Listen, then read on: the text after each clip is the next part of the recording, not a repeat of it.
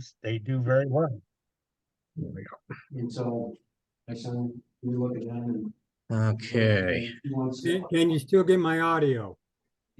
Yeah, yes, well, we can hear you from here, yes. Okay, because I'm having trouble with video.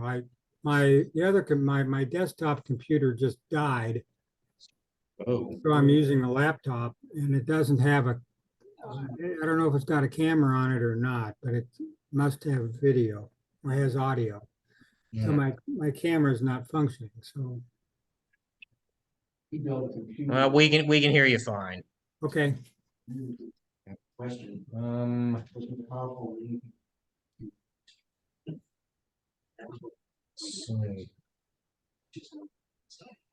There we go. Oh, Very nice. The Earth. hello? Nice. Good picture. Yeah. Does he game? Oh, I'll come out and meet. That's one of those select the background kind of deals. Hmm, Yeah. His is all clear. I'll be good right. choice. Yeah, thank you. Lights up. Yeah, you can see how much on the bar. Doesn't turn into the door music use. Oh, and he's got all the bells. Yeah, these kids. Yeah. Oh, yeah, now he's saying, job he got, he started out as assembler. It's all crazy. Close. Custom. Cabinets, stuff like for colleges, businesses, mainly the people all over the country. And all of the Midwest. And they found out the soft. But they got nobody else about it. Just it seems to be that it's just really cost. Oh. So they said, well, here, do this. This is what we need. It's not hard.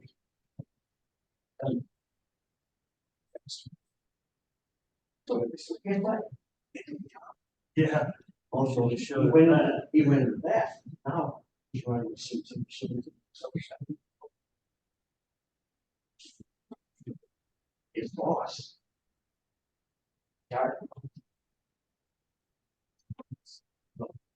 He was actually. Yeah.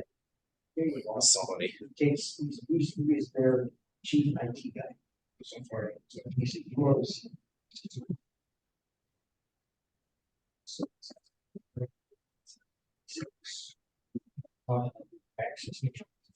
That's why.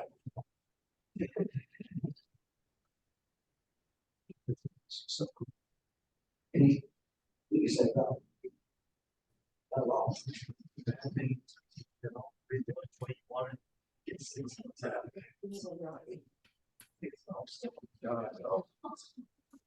They said this one would be a lot.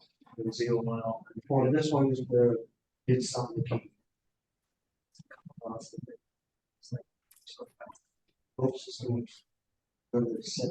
Well, those of you who came in person, thank you for braving the road conditions. Wasn't so bad today. I read a different story last week. Oh, yeah, so did we, but it just went a different story. I was barely back in town when it speak. That's my adventure in here, but 4-wheel drive Ford F-150, 12,000 pound more weight. Oh, I guess I could give myself far cry from my ride. It's got snow tires, which is fine.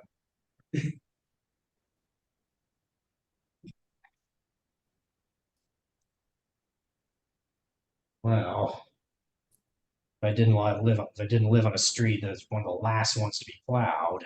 Oh, I know, that's like. You know, what's even better is when you live on a snow route, and it's one of the last ones to get plowed. They finally got our street cleared down to pavement today. We live on a snow road. Oh boy. Yeah.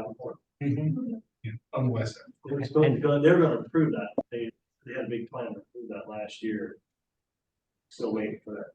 And don't you love it when they plow your street after someone has plowed your driveway? Oh, no. And then plow back in, yeah, I know. Plowed it back in, yes. Yeah, I had to tell the neighbor across the street, he was piling his snow on the direction they would come. I said, you pile it over here. I said, he's gonna be laughing all the way up that hill, and shoves that snow you piled right across your driveway. They do, some of them get a big kick out of that. Yeah. I've been out there, I worked at the airport, and I heard something talk. And shoved that snow all over you at 4 feet high, and I shoved it right back. They get to laugh amongst themselves about that. So yeah, whenever you want to stack the snow on the opposite way. Otherwise, they'll try to hook it and bring it in. Yeah, when they come down our street. Just got, I had driveways all done, everything's done, I'm standing on the driveway, shovel. I did, and I waved at him, so he stopped, shut the truck off. And I had a nice conversation, told him, this is where we park, he said, everybody in this side parks here on this front of the house. And he was really good, went down and cleared it all the way all the way to the curb. The ones that were still parked out the end of the street, that moved their car once a week. Okay. Got it. All right. So let's start this meeting. And I want to thank all of you joining us online for your patience during the couple of months when our Zoom link was offline. And so we got a good turnout today. We got 6 of us all together here in person, 8 online. And so, any questions before we get started? Which is what I ask at the beginning of every class. Okay. So, an important first meeting in the new year.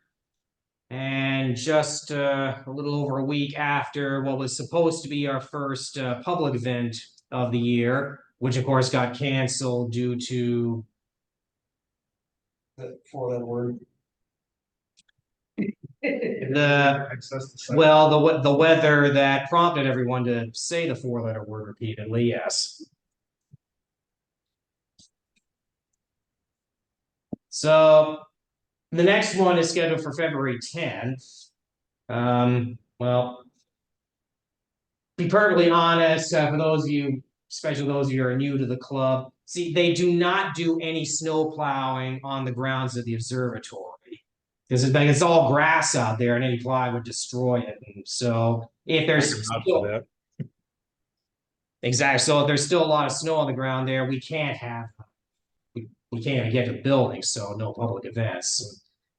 Although the weather's saying there's going to be a pretty significant warm up later next week and the one after that.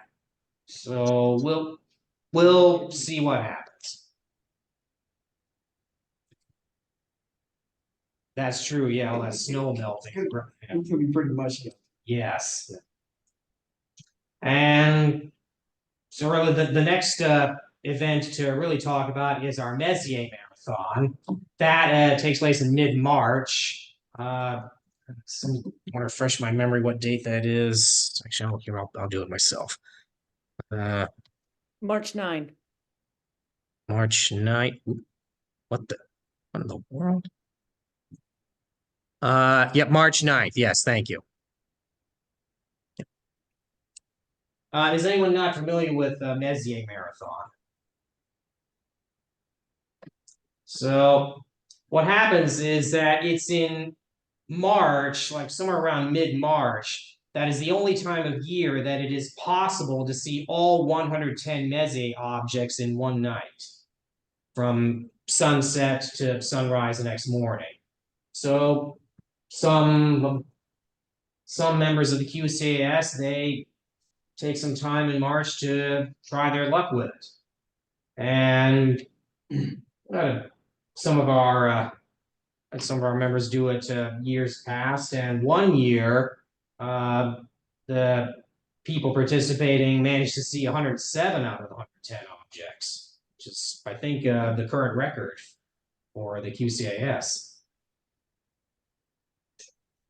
And now, if you're familiar with the Astronomical League, of which a number of astronomical clubs around the country are affiliated with, they give out awards for various feats of observing, including the Messier Marathon and several others. Al Pack is familiar with a number of them.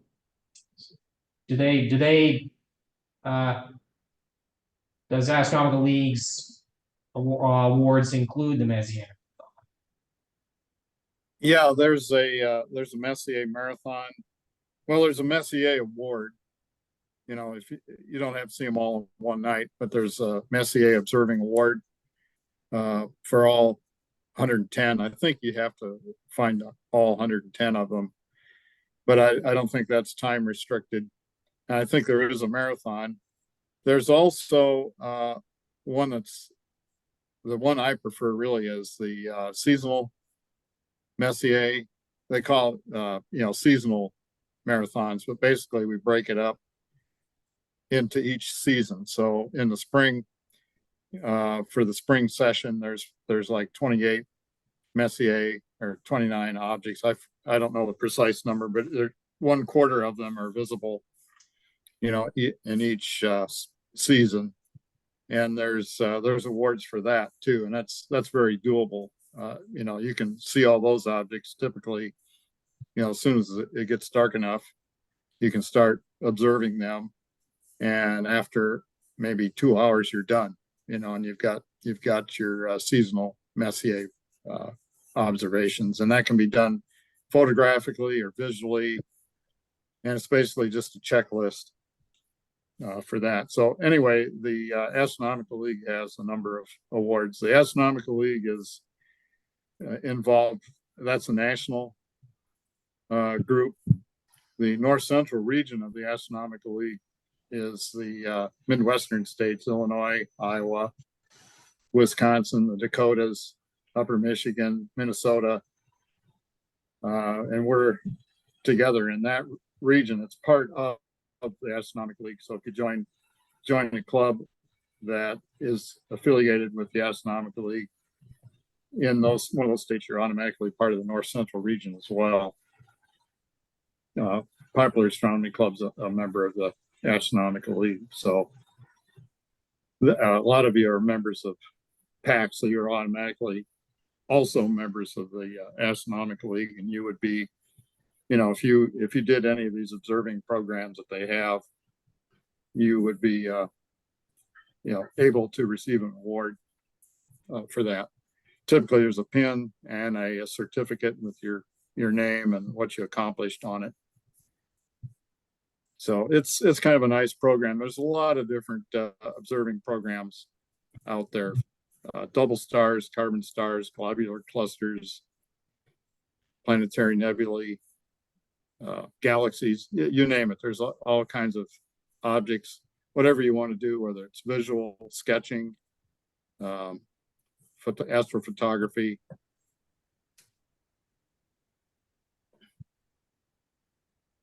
So now I say it's possible to see all 110 in March, but there's a few really close to sunset and a few just before sunrise. So it is challenging, and it does depend on sky conditions or something. Some of them, yeah.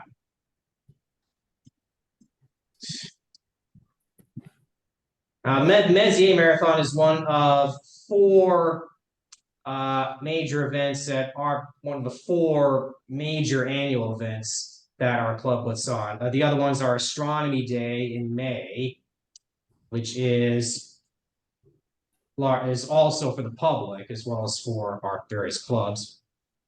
There's the Meteor Shower Party in August, which is also as much for the public as for us. And then the fourth one is the Eastern Iowa Star Party, which is that one's for like amateur astronomers only. That one's not for the public. That's a 3-day, well, 3-night event where we set up at Menke Observatory. A lot of people stay overnight, and it's basically just our version of one of the big star parties that various other organizations put on. And we send out invitations to other astronomy clubs if they want to come out and join us. And now that we've got a little bit more land and a couple of more buildings than when we last held it, so we're hoping to build the Eastern Iowa Star Party back up to its pre-COVID heyday. And from that, we'll segue into the first major item on the agenda tonight. Has everyone been following the email chain regarding the proposal of the possible purchase of this Explore Scientific 160 millimeter scope? Yes. Yes. Okay, so I'd like to open up this part of tonight's meeting to discussion about the proposal, pros and cons, for and against. We want to hear as many different opinions as possible if we'll make a final decision. Although we do want to add that we don't know how long this deal is going to be available, so we shouldn't wait. We should start hearing people's ideas and want to come to some kind of a consensus. It seems to me, if you can hear me, We can hear you. okay, that you have two camps. You've got the 165 and the 150. And there are, positive, negatives for both sides.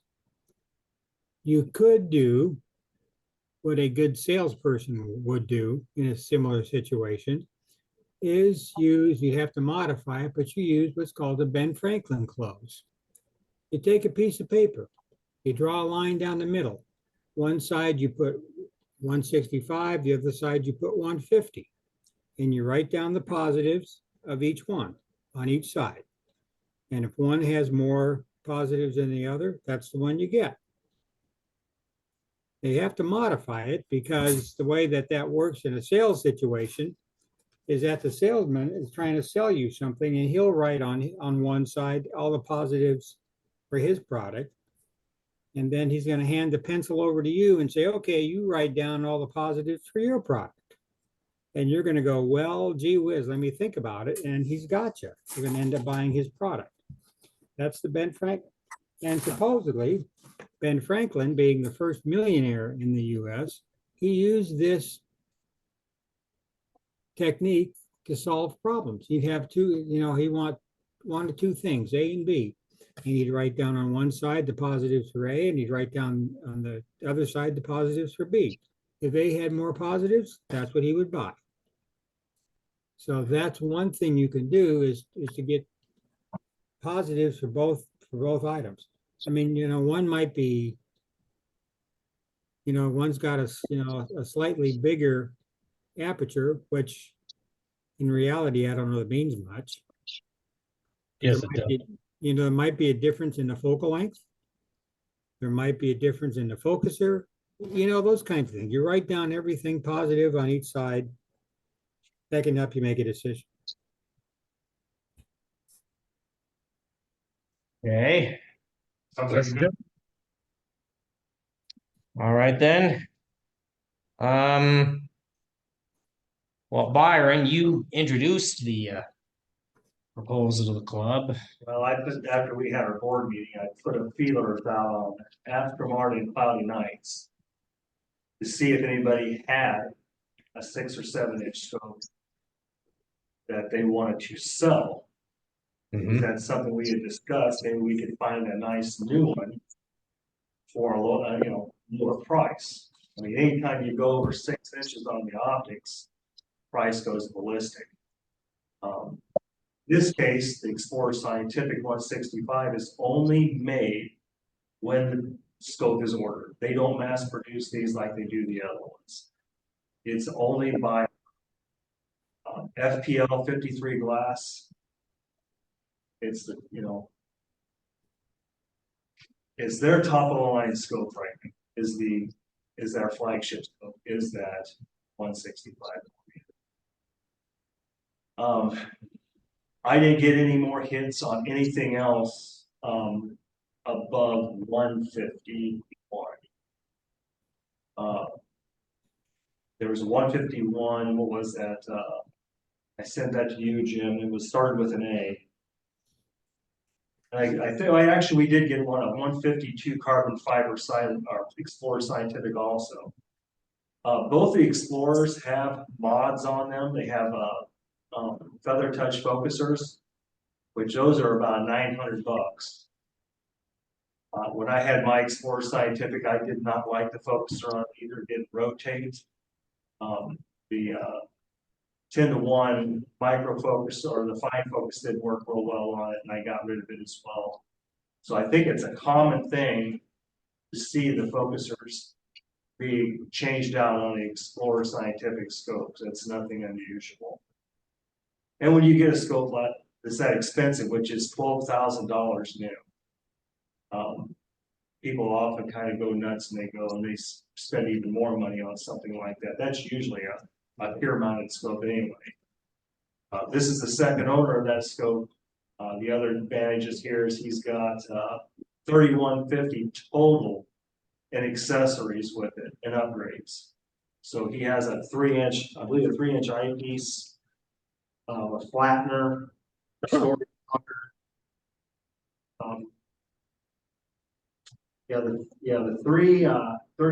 30mm eyepiece, I believe it's 100-degree field of view, $1,100 for that alone. That somebody paid, but when you do the price point on it,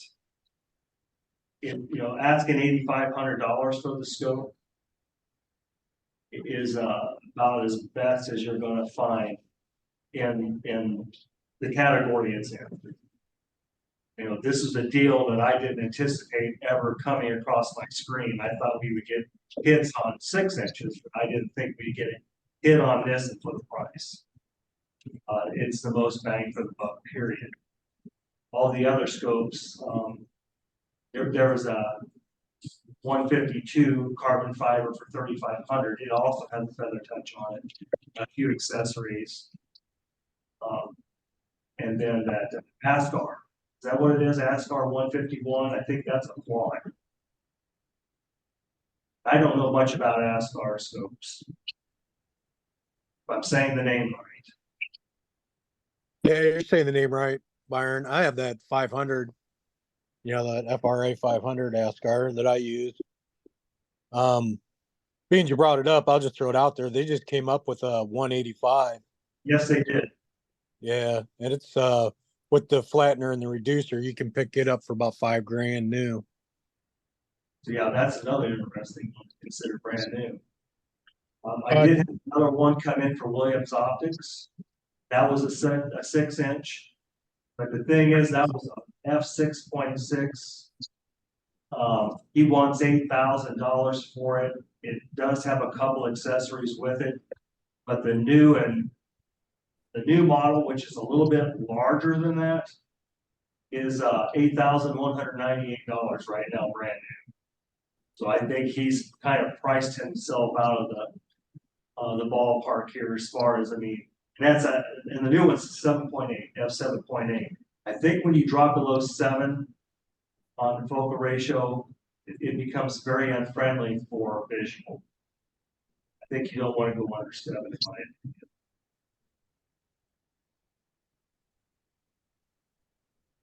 I don't know what anybody else thinks about that, but that's just fine. I have a little input too. Right? The other one is the one that's 130. The glass isn't the same quality of glass as the Explorer Scientific has. I have a 127 and I've had great success with it. And another thing you need to understand that that's with a metal sleeve. The one that he's selling is a carbon fiber, which will have the least amount of stress deflection from hot to cold, or as heavy as the one with the metal sleeve. The other thing you need to understand is, if I may be corrected, but I think John and Jim are going to be in Florida, right? Guys? Yeah. All right. And what is said is he's willing to take it down for them to visually inspect this item before anything is acceptable, where they can bring it back here personally without having it shipped. I mean, those are pluses right there. Well, that's if John or Jim can bring it back. Correct. But he's not going to, I don't know, he's planning on taking that to the Key West Star Party. I think the only way he would take that is if we are serious about buying it. I mean, that would be inspect and buy. At that point, I don't think he just wants to tag that thing along. It's kind of a big bulky thing to have in a car. He's already, because he's planning on spending the month, most of the month of February in Florida. But if he's going to that Star Party in Key West, he's probably going to be going right by Jim. I'm guessing, or damn close. What size is that? What's that? What size is that scope? 6.5 inches. Okay. How much do you want? He wants for the whole package deal, 8,500. I kind of got the idea that he might have a little wiggle room on there, but I don't think very much. Like I say, that scope, there's very few of them out there. Not too many people have ordered them. They're few and far between. I believe there is a 0.7 reducer. I have the same thing. It's over $500. And it is a nice add-on to what you need to do for taking pictures. Yeah. And then it's big enough that we can visually use it, as well as taking astral photography. 3-inch flatter. I don't think he has a reducer. What's that? Is it no reducer, I you don't think said? I don't see, I'm looking at it here. It's a Feather Touch 3-inch 2-speed focuser. Of course, we already talked about the eyepiece, 3-inch diagonal, of course, to accommodate the eyepiece. The 50 millimeter ES finder scope. Storage locker, also the 3-inch field flatter. I see. So And so you've got $17,000 to spend? I think we had talked about 16, but yeah. Okay, but something in there. So you could indeed, you'd have enough money to, One of the photos you sent. yes, that's actually what he said was the description of the scope. so you could spend money to buy a decent finder for it.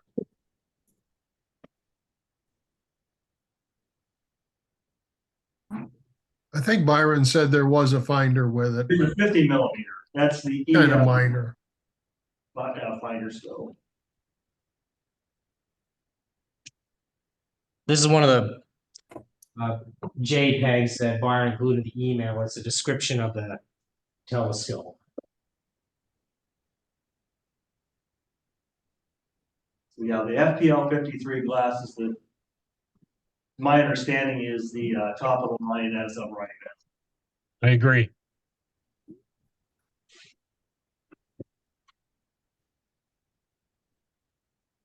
It would be nice if he sent us more pictures of everything that's in. He did. I'll cycle through them. Thank you. How do I do this? Yeah, everything that's for sale, he's got a picture of.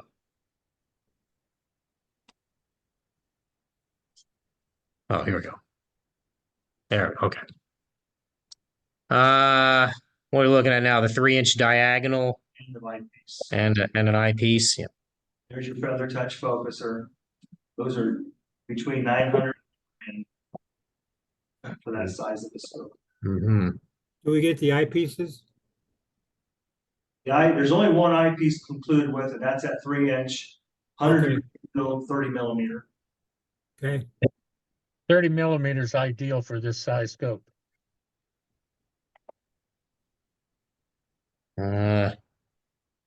Close up of the, what is that? So that's a finder. Whoop, okay. A different type of finder he has on there. Okay. Yeah. Red dot, maybe. And that dial on the side there, is that the focuser? Yeah, that's your fine focus that, roll to 1 or 10 to 1, whatever it is on feather touch. Okay. I got another view of it. That's the eyepiece. Yep. What's this? Looking down the eyepiece? Maybe, or flat or Oh, one. Hmm. There's the storage locker. Okay. No, stop. That Reducer. right, F7 reducer. I have the same thing. It's got a Okay. 3 on one side and a multiple adjustments that you can put on to attach it to anything else. That is over $500 just that alone. And he didn't itemize that. He did itemize a flattener, unless he meant that as the flattener. Yeah, reducer corrector. Yeah, I have one. It's use it all the time. Binder scope. yes. And And What's the eyepiece. It looks like the eyepiece that I come around. okay. And that's it. make sure there's not a lot of dust in that eyepiece. Yep. That's all the pictures I got from those 2 emails. And I'll go back to the I wouldn't be throwing this out the way I was. I was just shocked that it even came, as an option for us. I mean, this is in its class. I don't think you'll ever find another deal like it again, in my opinion. I mean, it's a sweet deal as long as it is inspected, by a club member or that kind of money. It's optimal condition. And since Jim will inspect it,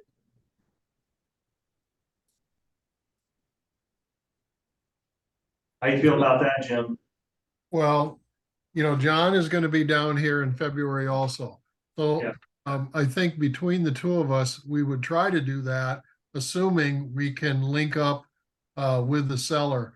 John and I are not going to the star party that he is going to. That would be the most convenient if we were able to go to the same star party, even spend a few nights with him. So it's just whether he can accommodate our schedule and travel plans to be able to see the telescope. Well, I was thinking you'd probably do that on the way through. He's gonna leave February 2nd from Texas. So this is kind of where we have to make a decision. If, I need to give him a few days leeway.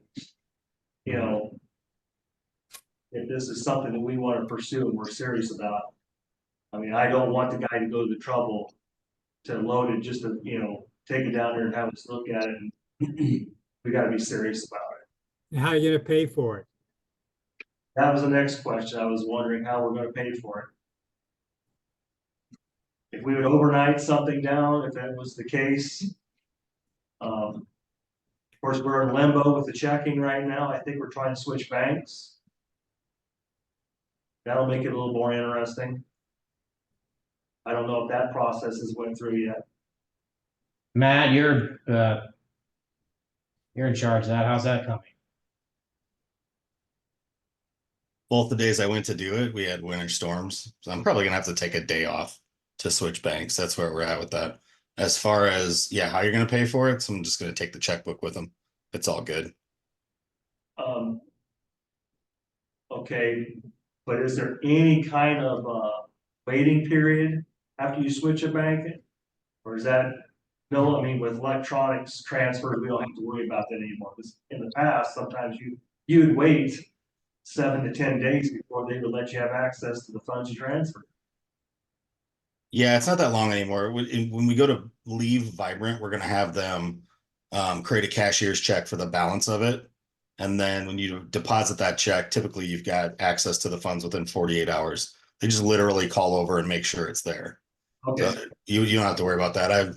My wife and I have transferred large sums between our accounts at different institutions. It works pretty quick nowadays.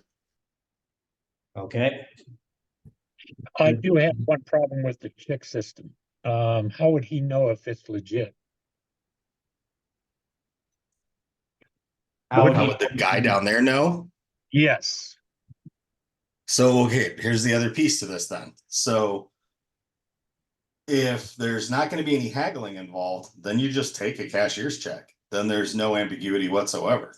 And that could actually be created by myself so that it's, the treasurer's name on it. He can look us up on the Iowa Secretary of State's website and see that it's legit. Well, that would be a more feasible. yeah, a personal check, I would think would not. That would make me nervous. Yeah, I wouldn't go with personal check. But or you could go, let's say Zelle, or if he has it. I'm not really in a hurry to hook us up to anything like that based on the risk. Plus, there's a big fee to that, isn't there, like 3.5%, something like that? Yeah, we do a cashier's check. That way it costs us $1. Exactly. That's the best approach. It's over $300. And Yeah. would we do it with his name on the check? That way nobody else could use it? I mean, he's going to tell us who he wants the check made out to, Craig. Right.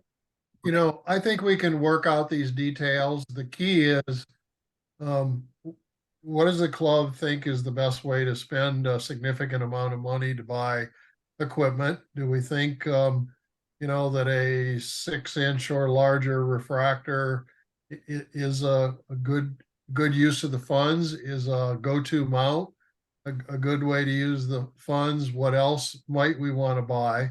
And then once we get some consensus on that, then deciding which telescope is the one that's most desirable for us. And if it's this 165, if it's a 185, if it's a 150, then we can work out the specifics on how we acquire those. You would also, if you intend on buying this one, it would be best to contact this guy and say, here's the situation, here's what we're going to do. He wants 8,500. Offer him 8,000 for it. If he says no, then you're maybe he'll negotiate. If not, then he won't. But then you'll know what to write the check out for. Unless Jim just wants to pay for it, take cash. Again, we're talking about the details of making the transaction. I think the first thing is deciding what telescope do we want to buy. May I ask, how much is total for what we need? Or what do we have that would buy the OTA and a motor mount? And what's the mount going to cost? Well, how much do we have to play with? The board has said we feel comfortable allocating $16,000 towards the purchase of equipment. So if you write down 8,500 worst case for this, maybe we get it a little cheaper. And if you write down what, Byron, 4,200 for a nice mount. The Celestron CGXL has a pier model, and it's only in the 3,800 range. Yeah. And what is it, the 120 pounds? uh, 75. 75? Well, I do know that, it's like 28. The carbon fiber is lighter. I know a guy that had a 185 with all the apparatus, camera, guide scope, all the controls and cables. He says it came to 44 pounds. So anything that's 75 or more is plenty. Well, if they say 75, it's probably 50. Not necessarily. If you're using a pier compared to a tripod, you're going to have a better strength Yeah. in the motor mount. Are you going to use a pier? Yeah, of course. Okay. We're putting it in the roll off. The pier is already there. Okay. And that CGXL is a beast of a mount, an absolute beast. Yes, it is. Well, just, the question about how much money do we have to spend? Just some, just rough numbers, that 8,500 plus another 4,000 for the mount. 12.5. Another $1,000 for maybe some money that we want to spend on the 30-inch scope.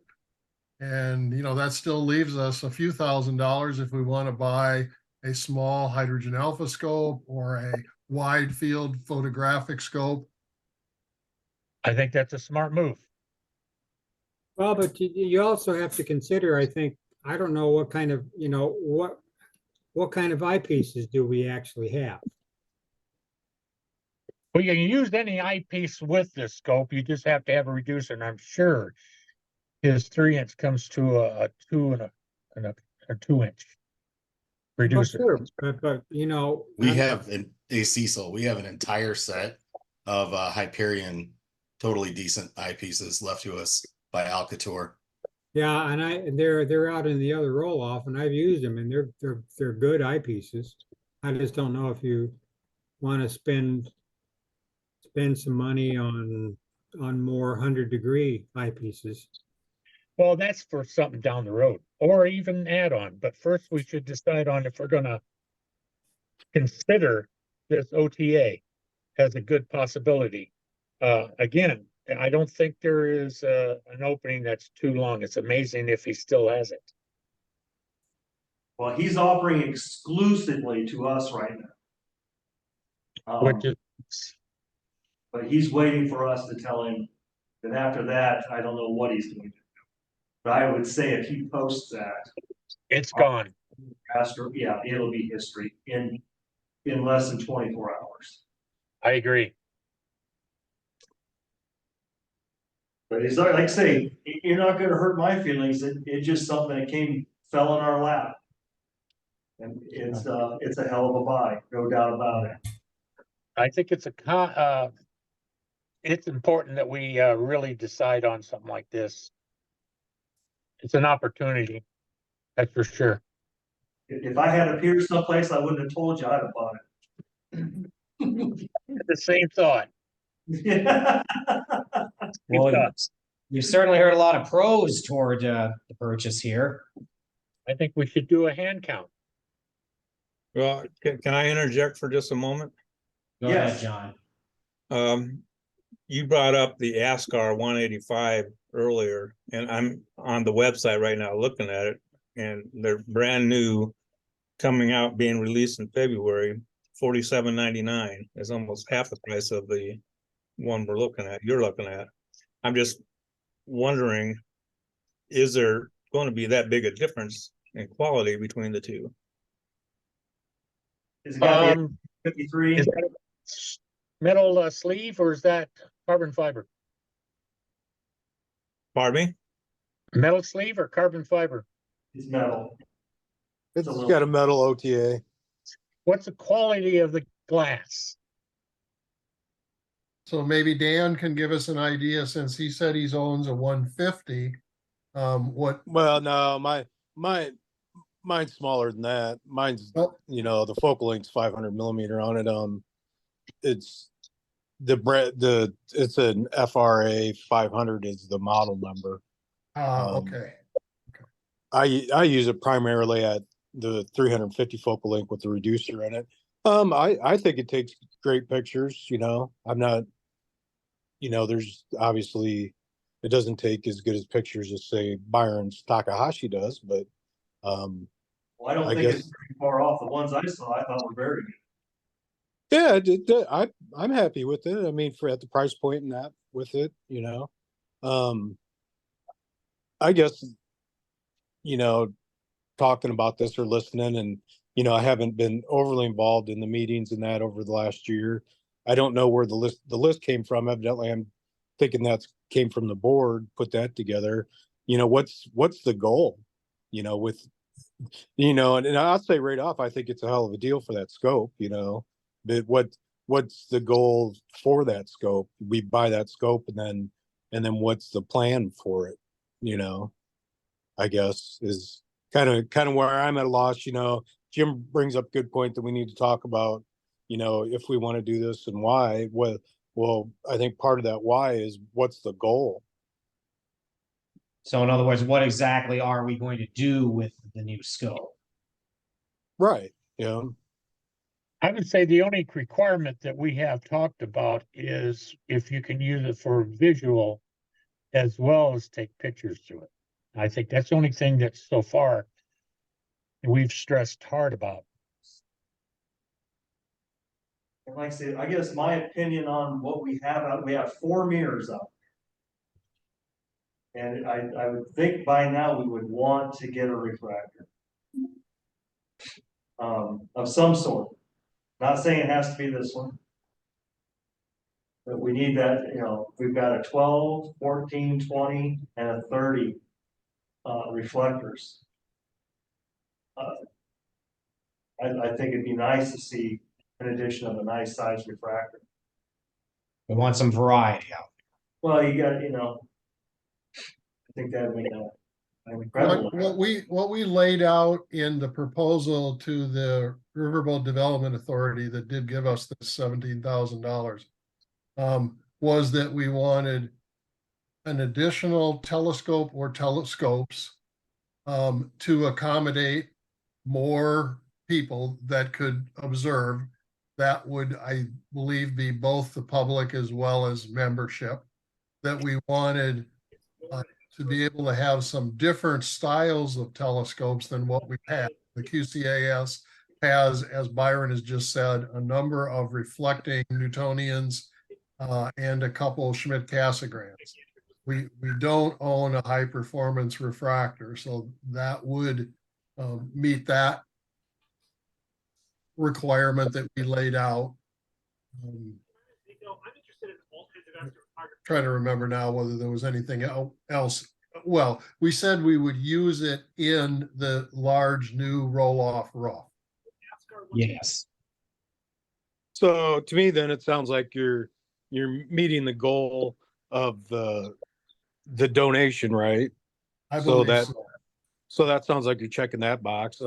I guess the only other question on that would be is so if you bought something like the ASCAR for $5,000, what are you going to do with the other, you know, 4,000 or whatever you're saving by not buying where's the benefit in it, you know? Because like Byron said, he knows those scopes better than I do. Though I just know it's a nice scope. I've looked through Rolando's scope. I'm not sure what size that is, but it's similar to that, and it's got, you know, it's got awesome views. So I don't, you know, and I think it's an opportunity, and I don't think you could go wrong buying that scope. It's just a matter of money, right? So if you did spend less, and what's the gain on having the extra cash? I guess what would you do then? There's a whole list of equipment that we compiled a list of a few years ago, and I believe some of it was mentioned in one of the more recent emails in that chain. I don't have the email on hand. Somebody want to refresh my memory of it. Like what we're talking about, hydrogen alpha scope. That's one thing was mentioned here. Right. So, and we'll still need a mount for whatever OTA we get.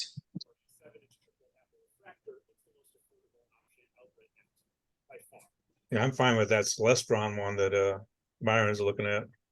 That sounds like a nice mount. We were also talking about putting in some security cameras around the facility. They're already there. They're already there. Yep. Okay. Check that off the list.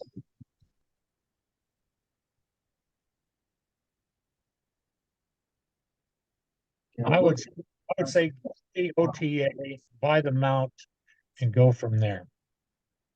Say that again, please. Buy the OTA, either one, get a mount to drive them and go from there. You'll have money left over. Right, so need to make a decision on an OTA. So Byron, you said you were looking up the specs on the ASCAR. Well, the ASCAR I'm looking at now, John, did you see anywhere where it says what type of glass? And it says it only has one element of the ED glass of the three. Including one piece of ED glass, yes. What's the Explorer Scientific? That's what I'm wondering too. Been listening to a review on the ASCAR, and the guy coming out with the review says, well, you know, this is the cheapest one out there, the 185. And it probably doesn't have, as you know, this doesn't have the same glass as the other guys. Yeah, that's, you want that FPL 53, whatever you buy. I mean, that's one of the kickers that you have, is that you don't know what glass you're getting, but you're not getting that. And that, to You're me, getting, I don't care who makes it.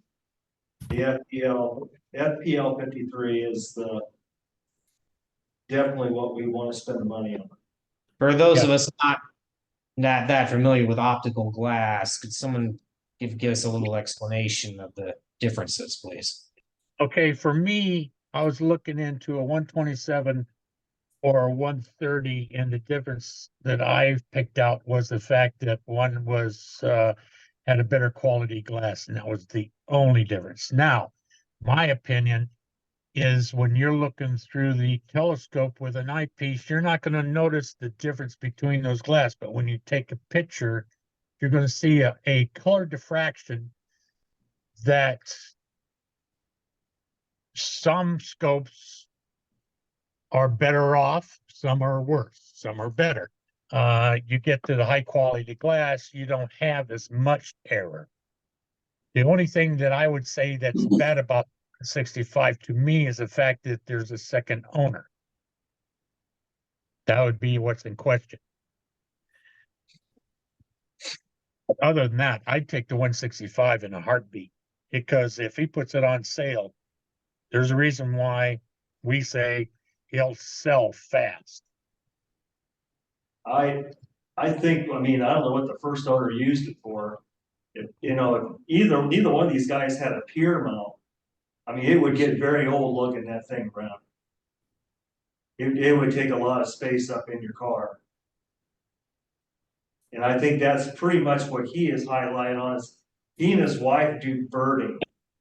And when they're out doing their birding, he takes a lighter setup and a camera and uses that. He's become more used to, you know how much easier it is to transport that around and set up and use versus lugging, a big mount and a big tube.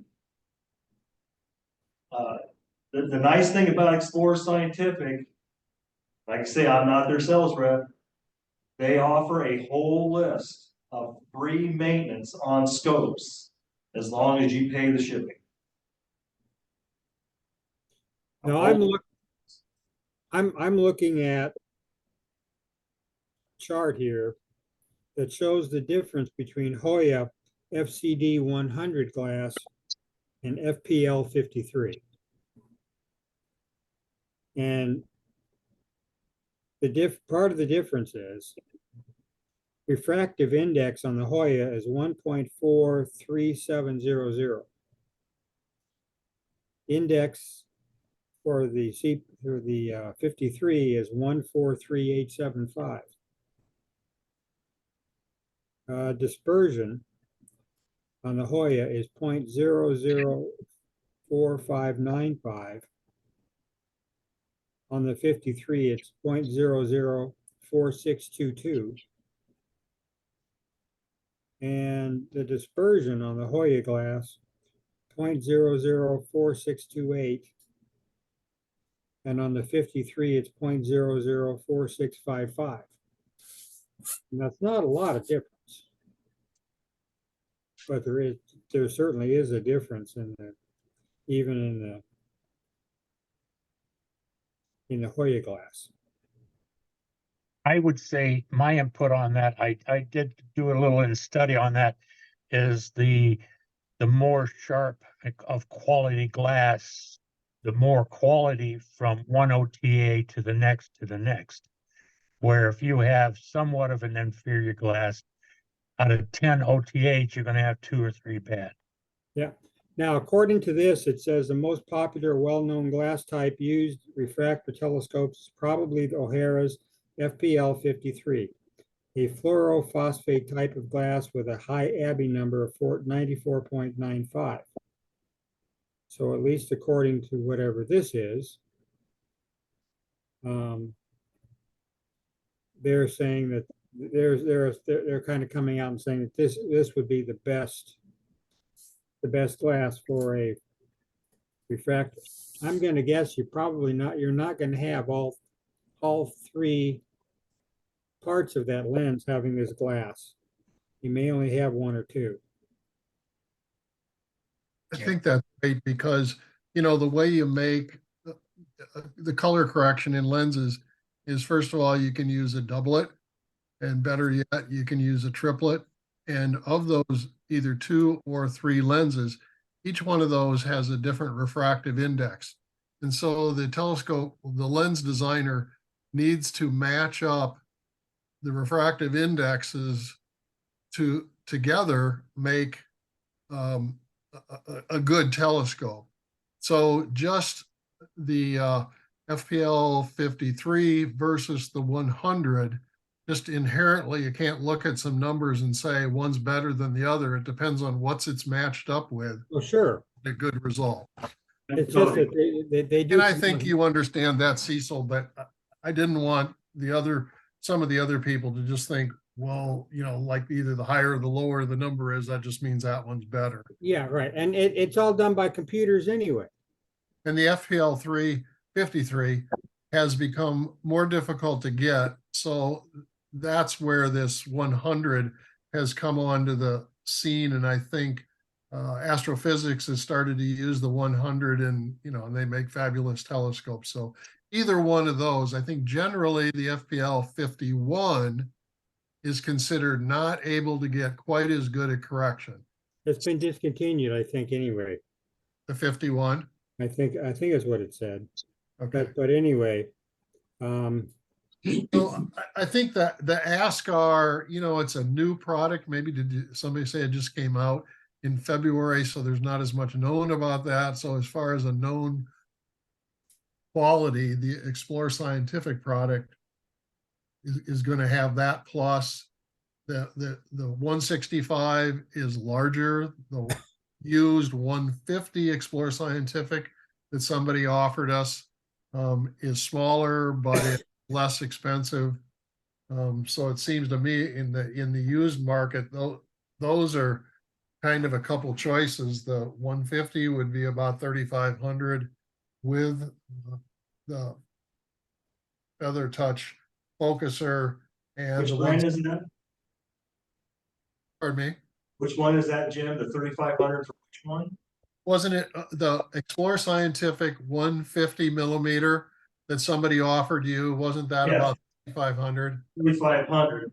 I only saw dark pictures of it though. Now he is going to be coming up from Texas to Michigan. Yeah. He'll be coming through here. And based on what he told you, between the two potential sellers, probably the guy with the 165 claimed that his was closer to new condition than the one with the 150. The other guy rated his at 8.5 to 9 out of 10. The 150. The ASCAR 151 is brand new. Now, the thing that kind of concerned me, the reason he's selling it, is he said it won't fit his observatory. And I'm thinking, why wouldn't you know that before you buy? I mean, is that the case, or is there something he saw about that scope he doesn't like, and he's using that for an excuse? Because to me, I mean, you would kind of know what the tube length is and all that before you'd buy it for your observatory.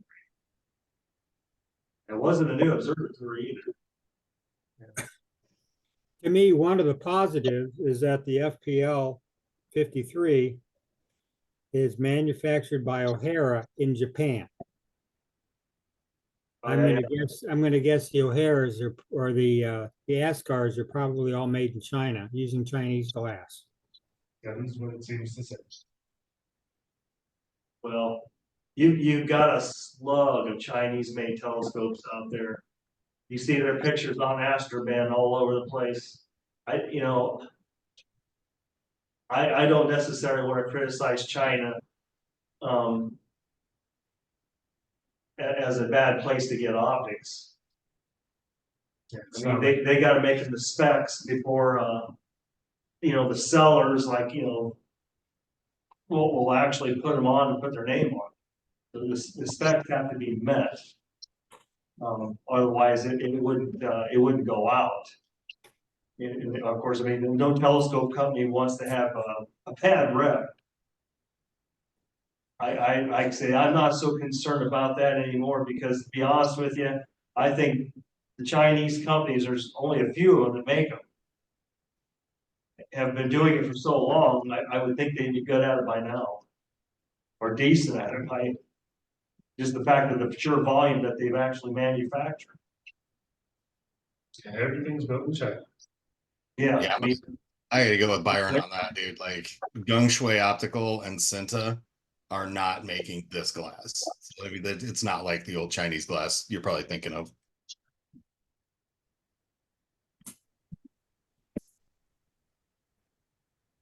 But where's that the guy from Astronomics? Astrotech? He has telescopes. I think it's China, or some of it's made in China. It's made to specs. A lot of people love those scopes. They're just cheaper.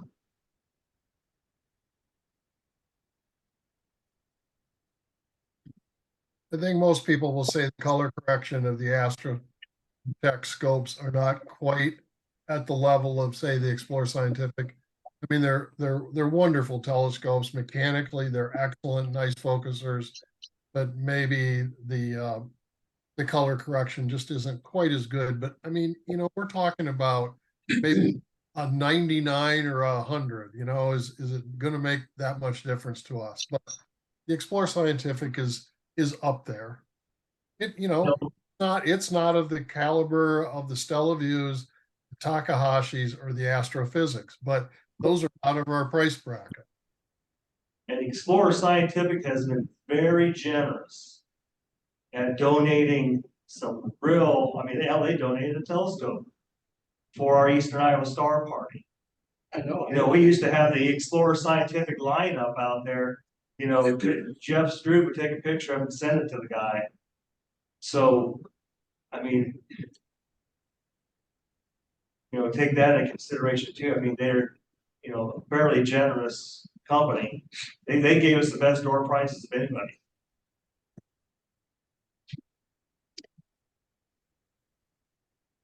So the general takeaway I'm getting from this is that the Explore Scientific scope is of higher quality than the ASCAR. It has better quality glass.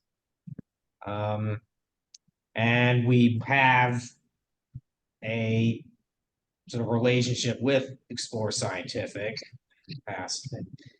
I did hear that the Explore Scientific has the carbon fiber tube, and did I get something about that not being able to tolerate big temperature changes as well? Well, it metal tube. I mean, it's Greg. You described that better than I did. As far as the dispersion of heat, as far as, the temperature balance with the carbon fiber, is that what you were saying?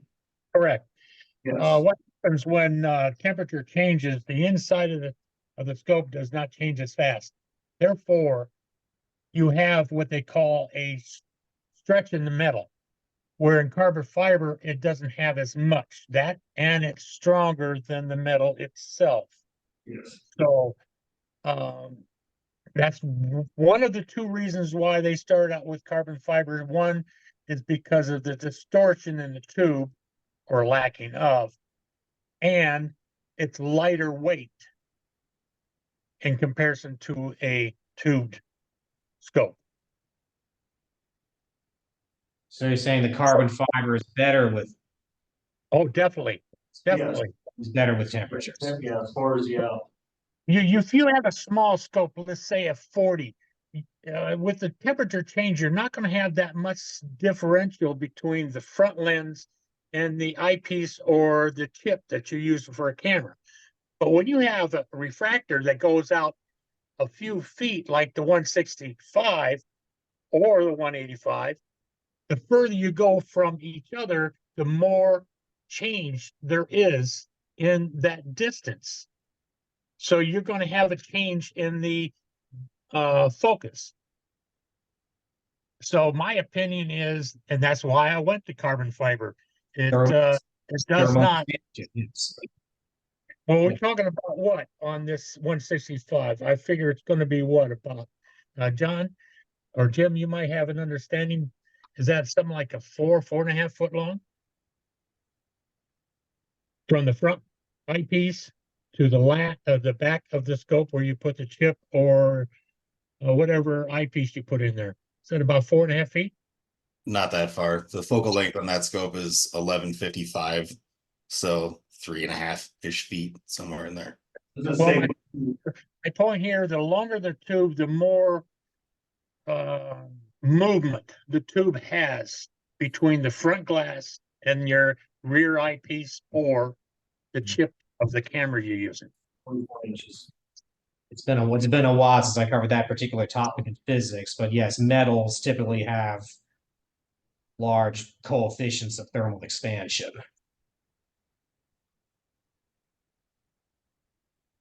And then Byron, did you also say something about a warranty? That was another thing too, the warranty with, glad she mentioned that. The warranty, he was gonna look into to see if that was transferable to us. In most cases, Explorer Scientific will transfer the warranty if the original owner registered within a certain time frame of purchasing it. It goes into, isn't it a longer extended lifetime warranty? They have like a different category there. But he was gonna look into that, and that's something, if we plan to move forward, I will ask him again to see if he looked into that or not.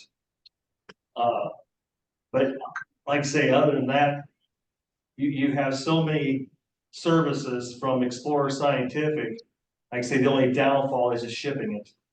But it would have to be something that would be, bad enough to have to do that. Well, if we decide to get it, it's down in Florida, you said, right?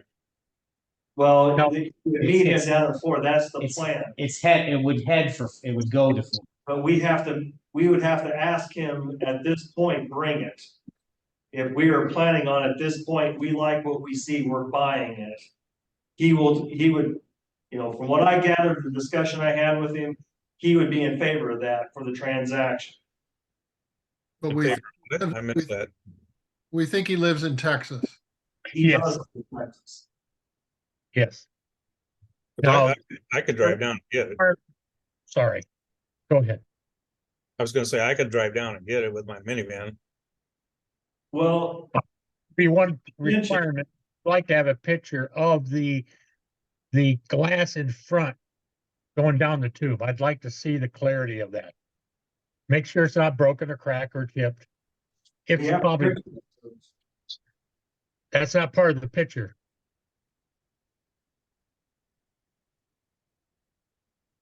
Chat here. Byron, did he at one time say potentially he could meet us in Springfield, Missouri? Yeah. Yeah. That's 6.5 hours.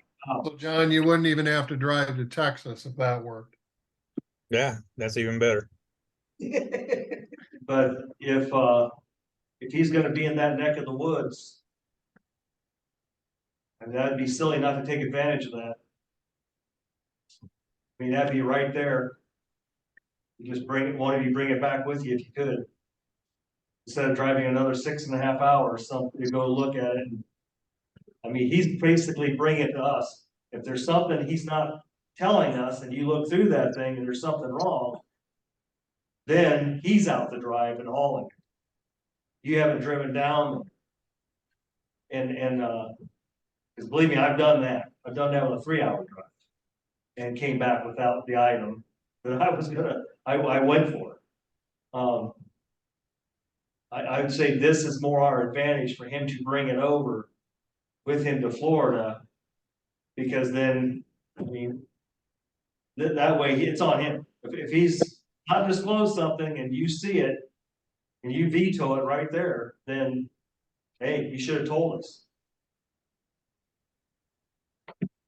Matt sent a couple of chats. The ES has all 3 elements, FPL 53, and the ASCAR only has 1 ED element.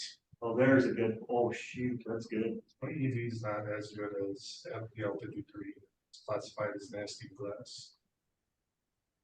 All 3 elements of FPL 53.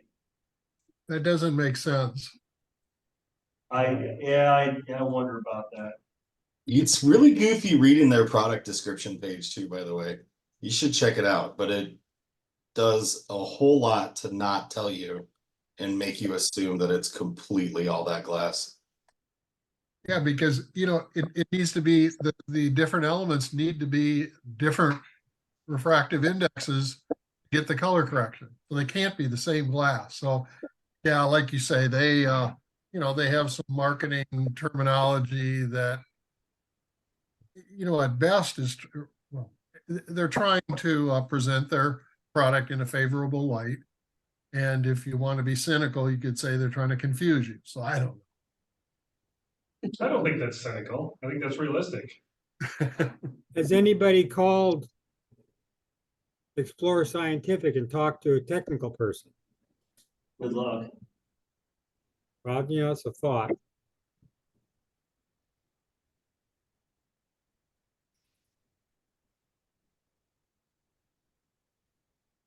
Matt, you also got information on the warranty. Okay, let me read this. Okay, featuring an airspace triplet optical design that virtually eliminates chromatic aberrations. This telescope generates brilliant high contrast images by combining genuine O'Hara FPL 53 extra low dispersion EV glass and proprietary EMD enhanced multi-layer coatings on all optical surfaces. That's the description. That's the confusing.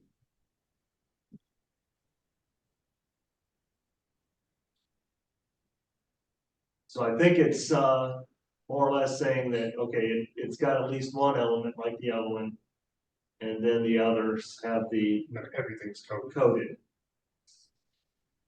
And that's a lot of it too. It depends on the, it seems like all the different companies have their own coatings.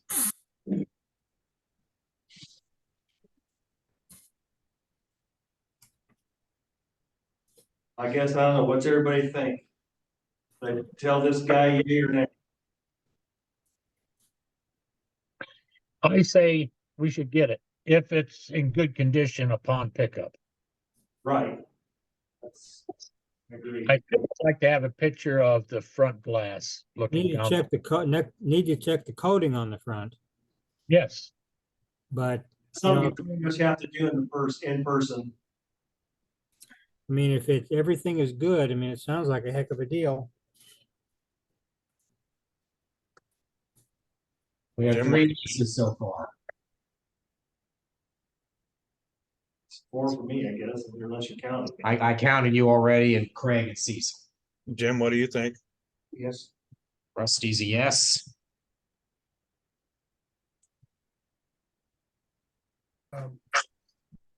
I would probably buy the Explore Scientific 150 millimeter, just because it's half the price, but I don't want to influence other people. I just want to have one vote, you know. Trying to be different, huh? Yeah, and you know, then you go back to the question that was asked, okay, what are we going to do with the money that we saved? What is it that you want worse than this 165? I don't Well, know. you're gonna need a motor drive, and then you're gonna need all the small equipments to attach to it to get it to run properly. But other than that, I think you have plenty of money for both. Yeah, I think we have enough money to do it all. Subtract 3150 for the accessories from the 8,500, you're down less than the price point of a brand new 152 carbon fiber. They're at 5,500. I think that would bring it down to 5,350. Because I don't know if you would 5,350. find those accessories at a used price, like the 3-inch eyepiece, the 3-inch diagonal. You don't see that on cloudy nights or used very often. Maybe the reducer.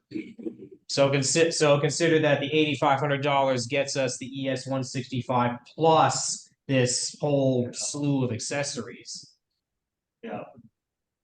Take the accessories off and or price the accessories off, you're down to under the price of a new 152. Speaking from the perspective of you know, someone who's never made a telescope purchase of more than $1,000, and you know, I've just bought a few scopes myself, and you know, I would say I lack the technical knowledge or the experience to really split hairs on, you know, a multi-$1,000 telescope assembly.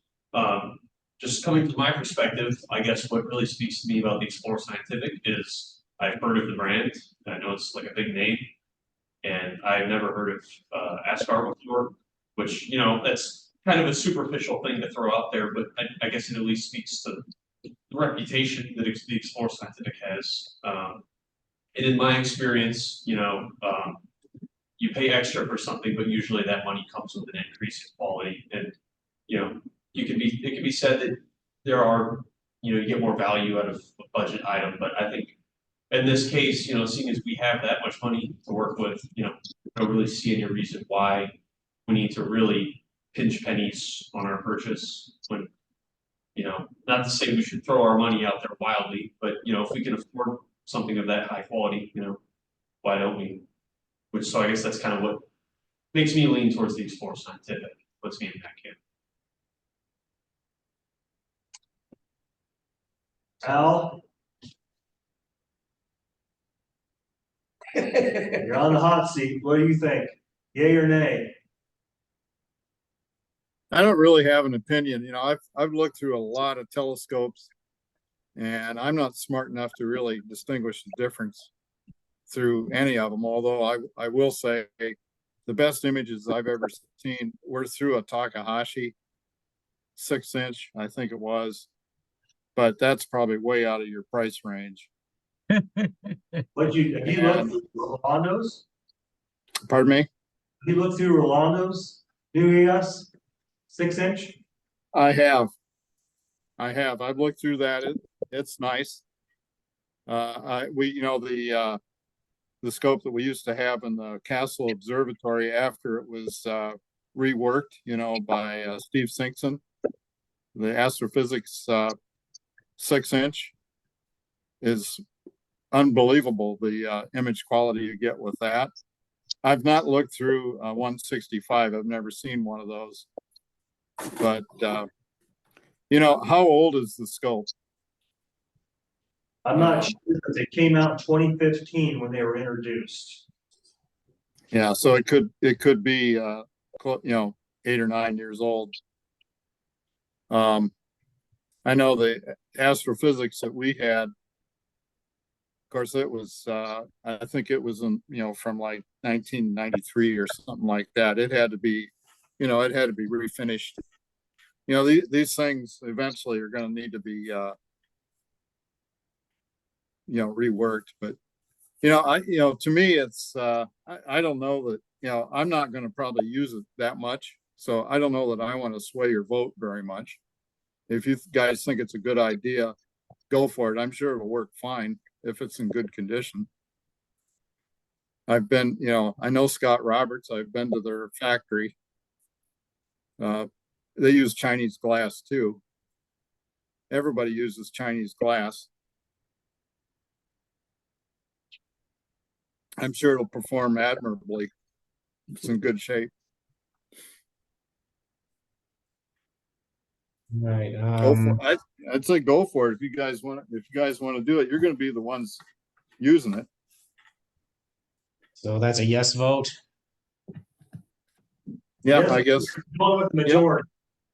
I'm just going along with people that are going to actually use it. Who's actually going to use it? That's my question. If people that really want to use it will use it, and that's what they want, I'm not opposed to that. We should at least let the public use it sometime, so you see how a refractor works. Yeah. Well, I think that'd be a ball to use that with the outreach. Yes. That'd be a lot of fun. All right. So right now we got 5 definite yes votes and 2 who will go with majority. I'll put in mine, I'll go with majority.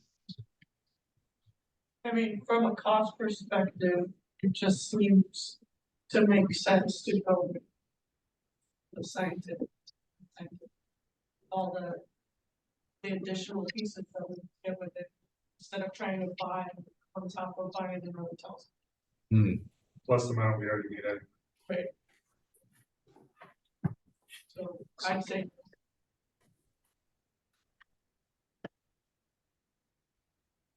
Well, we've heard from more than half the attendees and nobody's laid out a definite no vote yet. I'm gonna vote yes. There's another one. Yeah, I'll just, when you look at these things, like these kind of telescopes and whatnot, I don't know if anybody's really ever kind of like shopped around or fantasized about some of this high-end stuff, but you get into diminishing returns super fast. So like a lot of people are kind of talking about the difference between one glass and the other and all of those sorts of things. The smaller version of this scope, they make a 140, which is $6,000, and they want, $12,000 for this one. Considering all of the extras that are going to come with it, and as long as someone looks at this thing before we hand the guy any money, I think we'd be nuts not to jump on it. You don't get deals like this too often. Here. I was shocked. Hmm. It was actually the first one who responded to me. I thought I'd get a bunch of junk scopes or something. I didn't think I'd get something like that response. So I think that Matt Neilssen has, articulated the consensus thinking of the group. If there's anybody that disagrees with that, speak up, but otherwise I'd say we should move forward with trying to buy this Explore Scientific 165 millimeter with all the accessories. So does anybody want to say, no, I'm against that? No, I won't say that. I mean, I would definitely think that's a good idea. Again, the thing that I brought up in an email is we're going to use that for public events. So there better not be anybody who wants to take pictures on a clear public event evening. Now, first time we have a public event with that scope, and there are people that come in to look through it, and somebody explains exactly what it is that we bought, people are going to say, yeah, but can I look at the moon through it? Can I see where the astronauts landed? I mean, they don't care. We've explained that same thing with all the other telescopes on the. I'm gonna say that's nothing new. We've explained that with all the other telescopes at the facility. This will be no different. And if you think what I just said is crazy. Oh no! I know. I've had people ask me things like, Oh yeah. There's a congresswoman who is at a big telescope looking at Mars, and she asked whether or not they could see where the astronauts landed. She's still in office, and she's an absolute idiot. on everything that she does. But, Okay. like I said, you could bring in the Hale telescope and mount it there, and they're gonna say, gee, can I see the moon, even if the moon's not out? So we're looking at the moon. She goes, Who hasn't voted yet? Yeah, no, you see this? why not? Is there any space junkie? Because it's like, Oh, now I'm now gonna wait for somebody to see the big telescope. We aim it at Mars, and the person will ask if we can see Marvin. There you go. When we want to see the face. yeah. The face. Okay. Looks like a face.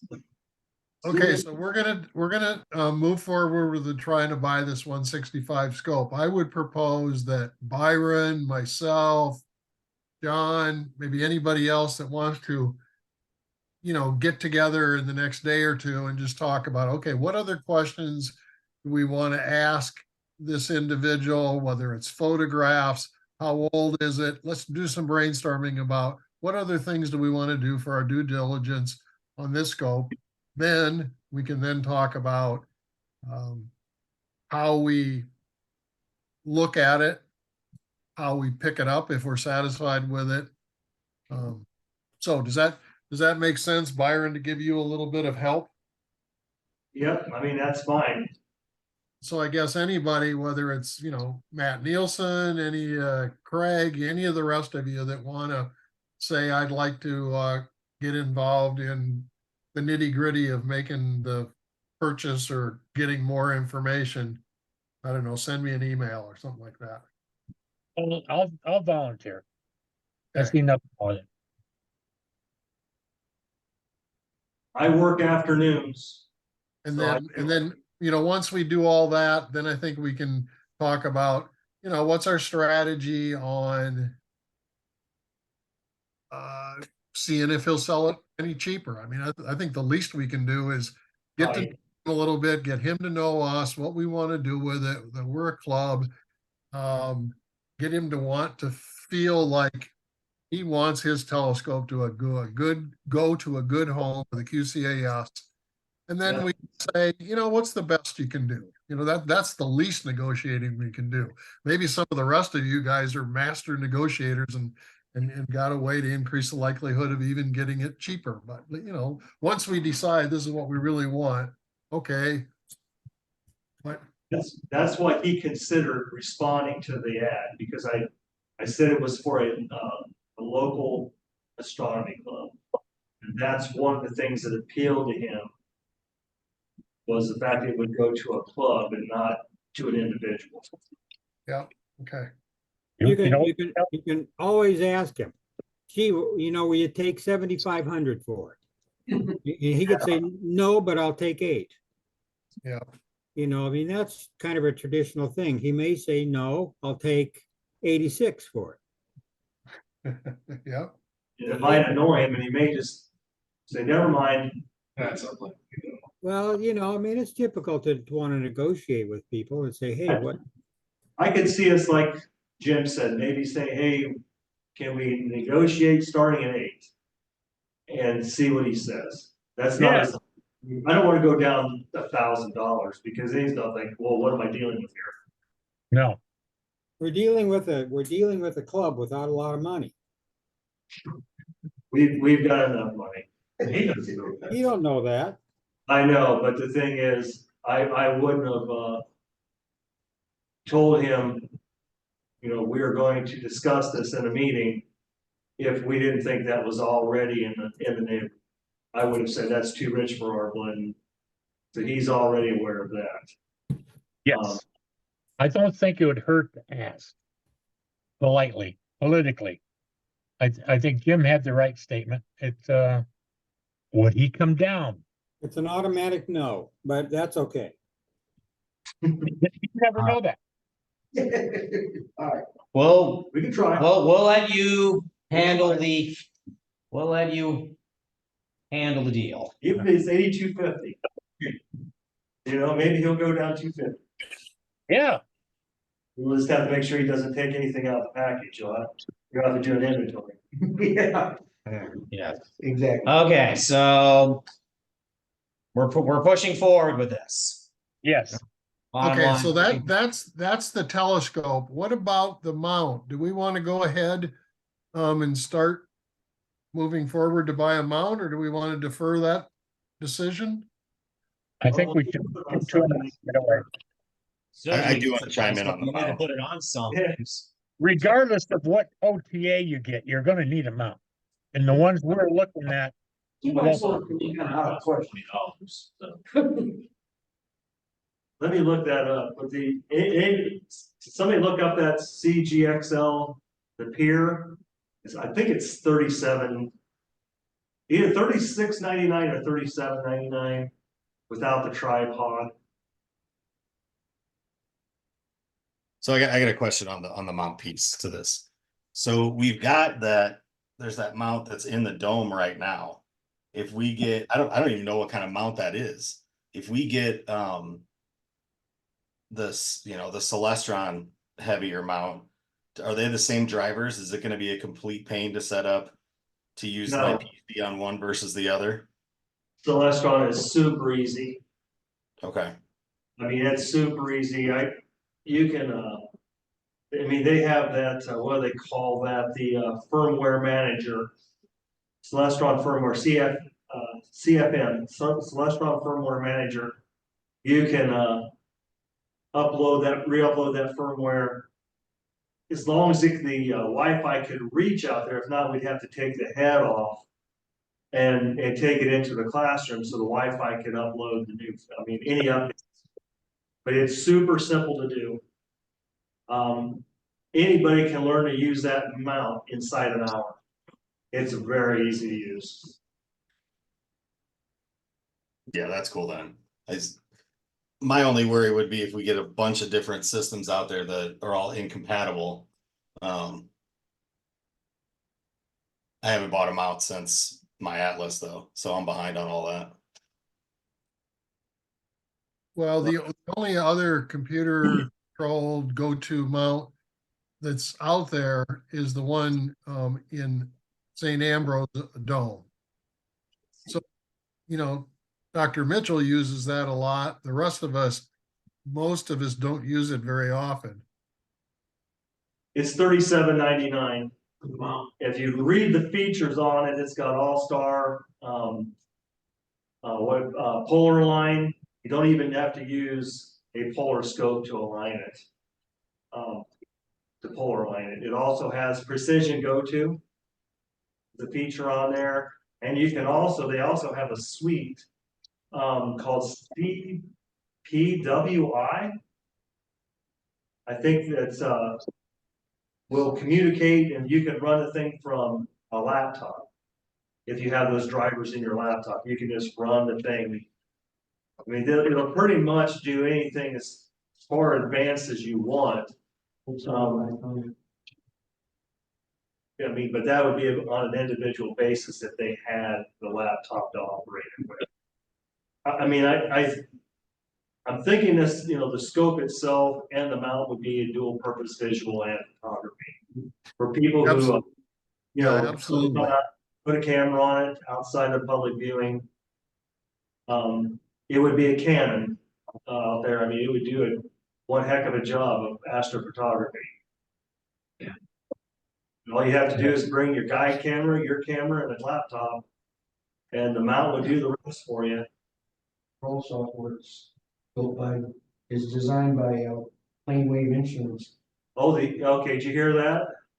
Say that louder. The control software for the mount is designed and developed by Plane Wave Instruments. They have an exhibit. Plane Wave has an exhibit every year at the American Astronomical Society convention. They've got some good inventory. Good inventory. The other just question while you're looking at that, Rusty, it's not like software BISC where you have to freaking subscribe to it every year, right? Oh, no. This is the software built into the computer. I mean, into the mount. Into the mount, yes. Yeah. And like I say, all that stuff on Celestron's website's free, for the Celestron mounts. Yeah, any updates that they have is free, and you just update. Just as long as the Wi-Fi will reach it. Other than that, yeah, we'd have to move it into the classroom to do it. So there's a few club members that are knowledgeable about Celestron mounts that are strongly advocating that would be a good one that would be, easy to use, has a lot of attributes.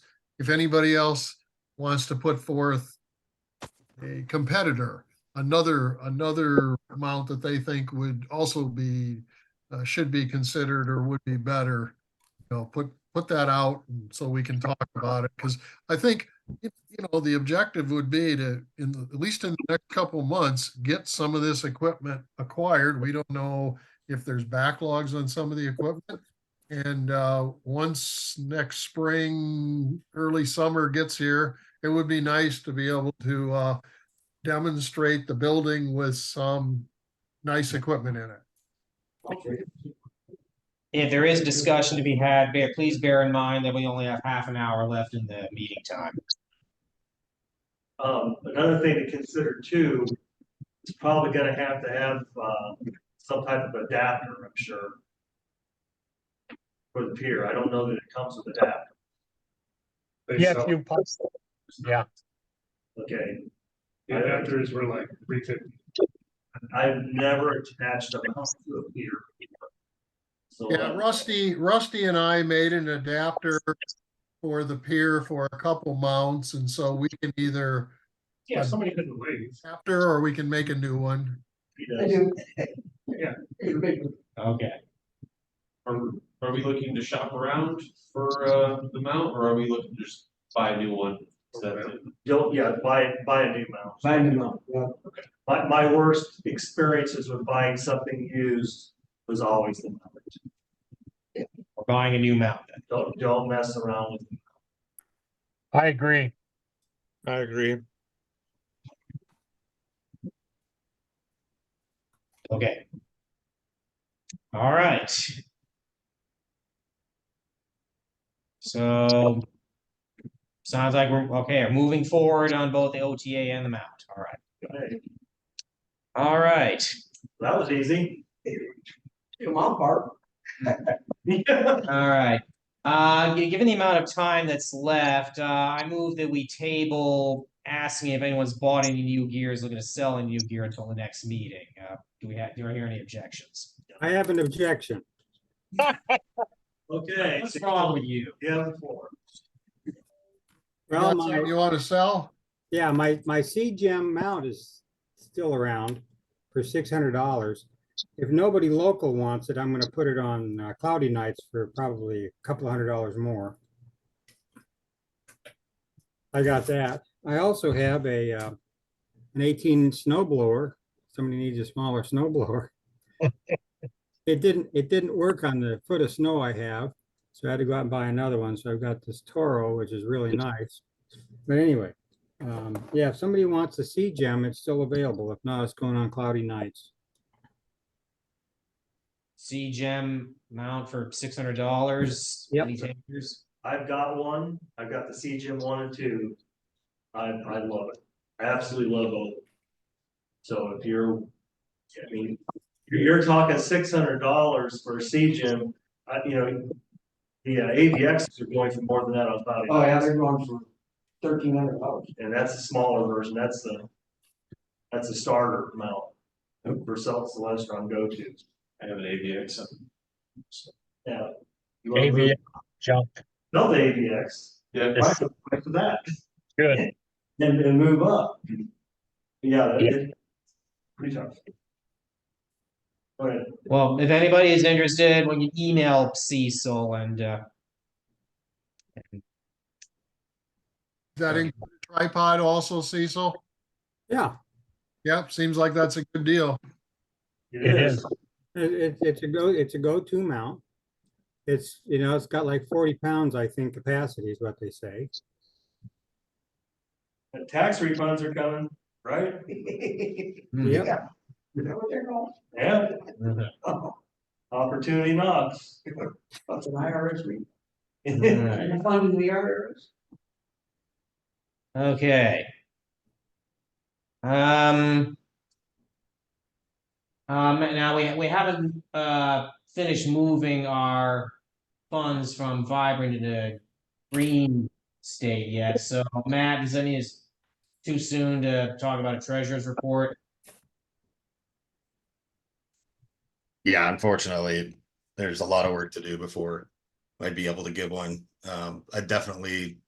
We should be able to get that done though for next month. We'll table the report until then. All right. Is there any other business that people want to bring up tonight?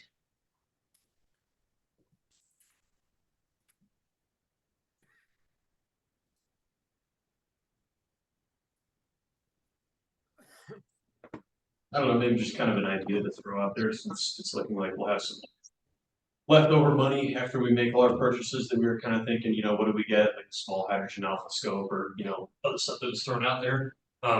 Has anybody here ever like done anything or read anything about radio telescopes?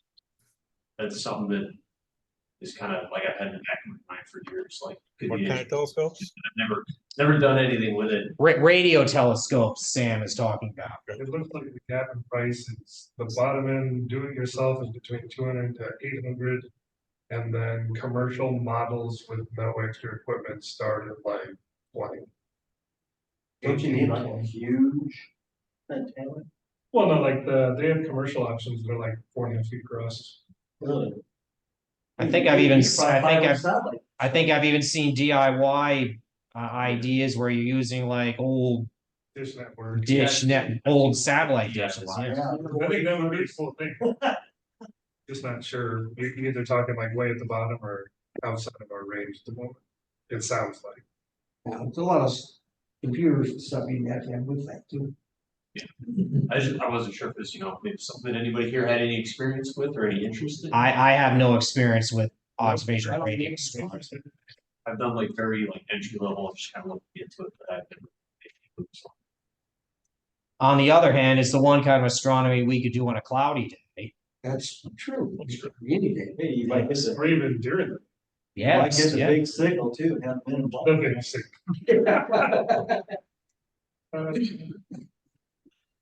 There are some folks around the region that have radio telescopes already either in process of being built or trying to build them. I know Cedar Amateurs has looked at doing that, and also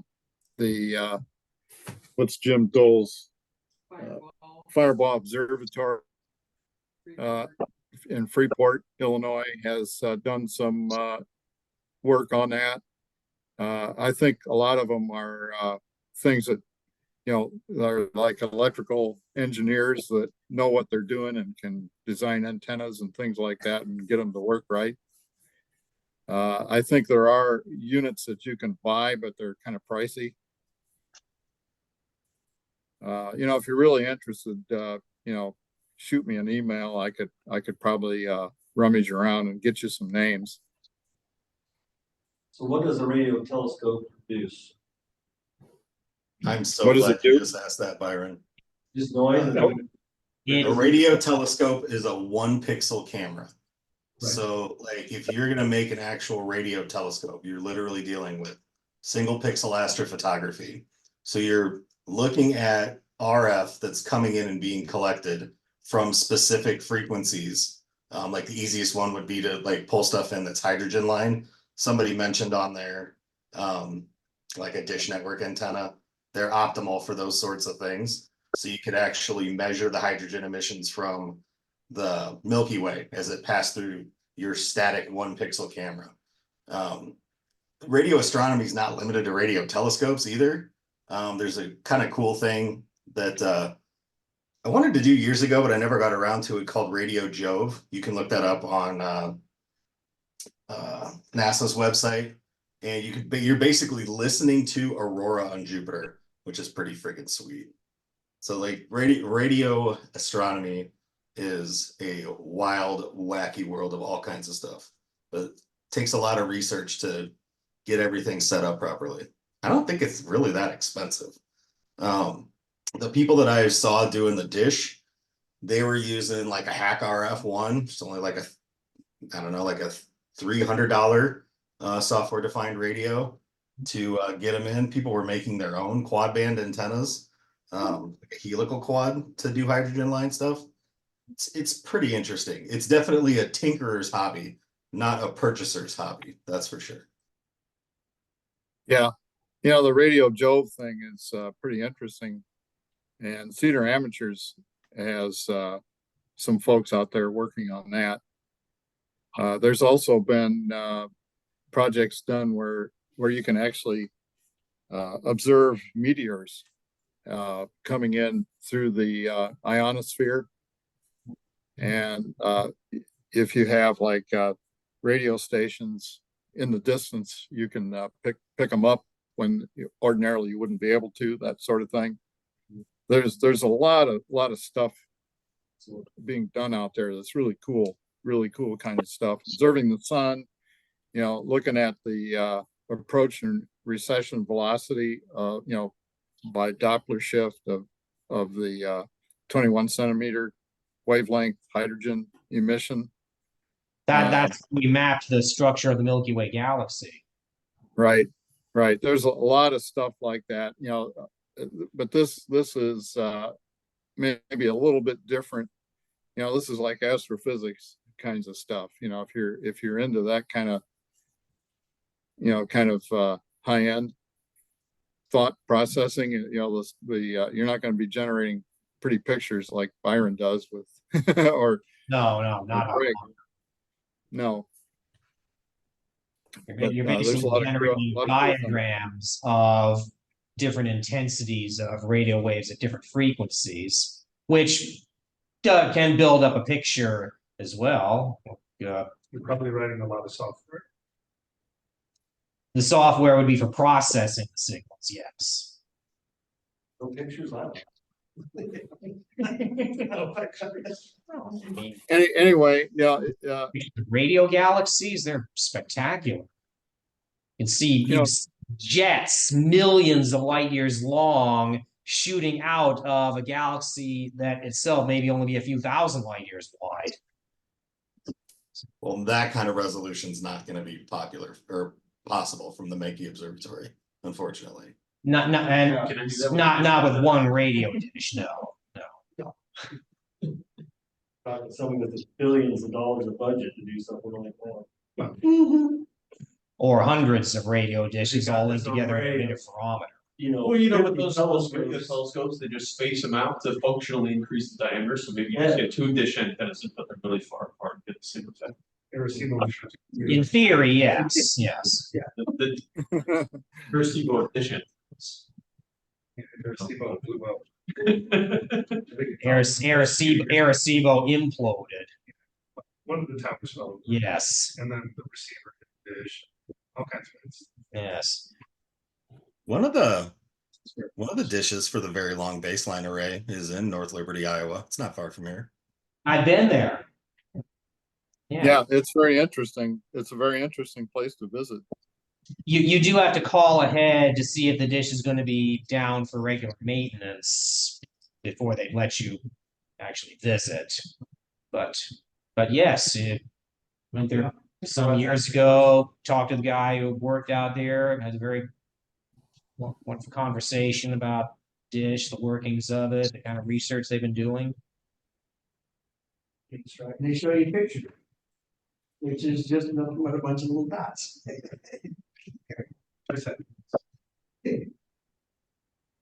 He says, well, once they put this through all the computer and everything, you actually will get some type of an image.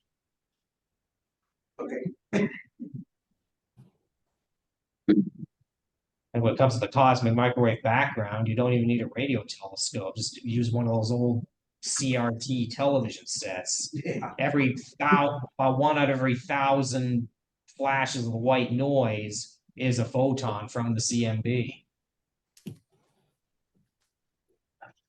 14 billion-year-old photons. Yes, sounds like this is something that at least a few of us think is worth investigating further. Oh, you said then Alan, you send Alan an email, he sends some names that Yeah, send me is that Sam was that you that asked the question? Yeah. Let me, tomorrow, let me, check around. I've got some notes somewhere on, folks I know that have, looked at it. I'll send you their contact information. Okay. Sounds good. Anything else? When you want to talk, Jim, I need to, I'm gonna I'm let. pretty, yeah, I'm pretty available tomorrow. I'll let the guy know that we're going to proceed with his scope, but we want to ask him more questions in the coming days or so, just because I told him the meeting was tonight.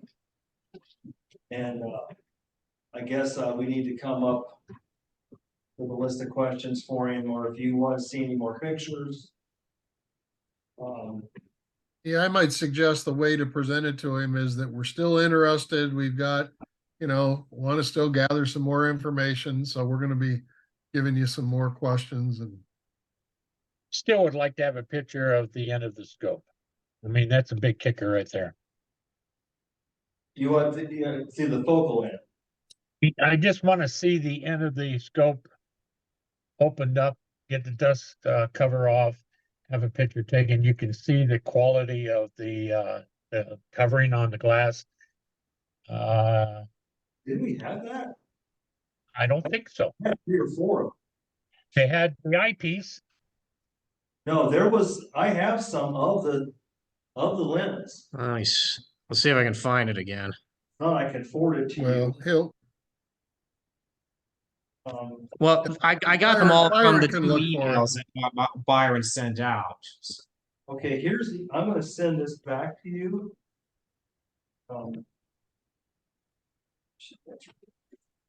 I mean, I have the pictures right here. Of the glass? The ones you sent me. I do not see the end of the scope in these pictures. There's 1, 2, 3, 4, 5, 6 pictures and the definition of what's on it. But there is no picture of the end of the scope. So you're saying you want to see from one end to the other? Well, realistically, like I have to opened up the dust cap off the end. You can look at the lens. Okay, here. I want to see if you've seen these. Wait a I minute. can figure out how to forward this to you.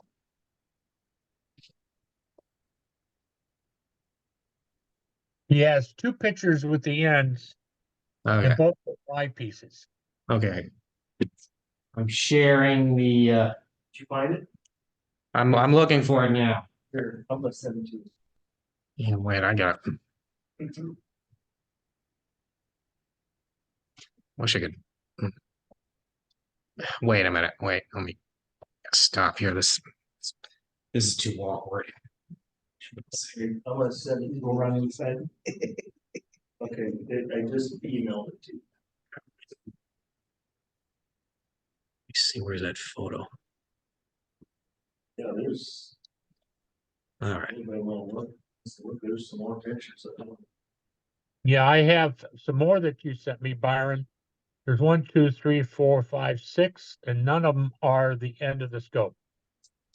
I just forwarded to Dr. Mitchell to see if he can put it up on his screen to his email. Yeah, these are ones we haven't seen. These are all 11 that I got from those 2 emails you originally sent out. Check your new. It should be a new email. Oh, that's. Wait a minute. Here, wait, look. I just sent it to you. All right, hang on. Let me stop sharing my screen. You want us to see the rest of your email?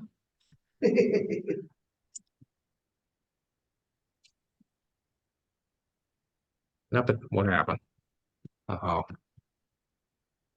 Come back there. I'm gonna send it to Craig too. Just. All right.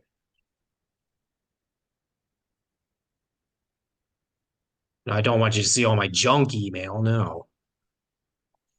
Craig, I just sent it to you too. By email, text. Your email. Okay. There they are, right there. Wait.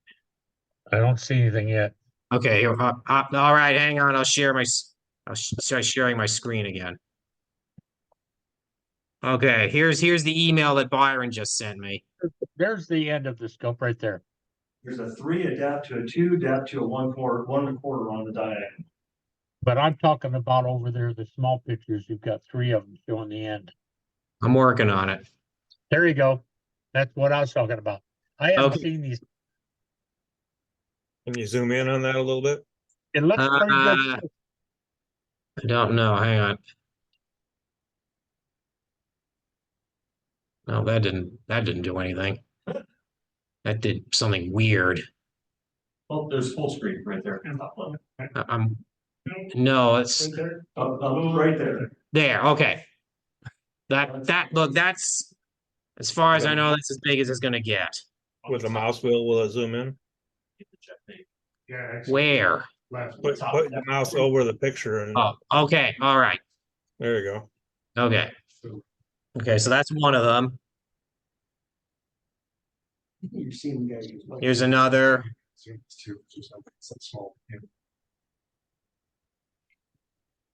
And whoop, that's the carrying case. Okay, 1, 2. Keep cycling. There's one more after That's- the case. Is there one more after the case? Yeah, you can see on the bottom. Okay, all right, there. So he's got something in the background, it's got writing on it. It's his t-shirt. That, oh, okay, is that what it is? Yep, you see a car. You see his arm. That's him, yes. That's him. Yes. Hard to- It looks like there's a water thumbprint right in that circle, but that's part of the reflection. There's nothing wrong with the coating. Looks good shape. Yeah, it looks like you're just seeing that reflected several times back and forth within the glass. As For he me, changes the angle, they all move. Yeah. Yeah, It's not like always- shoes that you can wear out. These, if you take care of them, they should last a lifetime. So the fact that you're going to be able to visually see it one-on-one is the seller for me.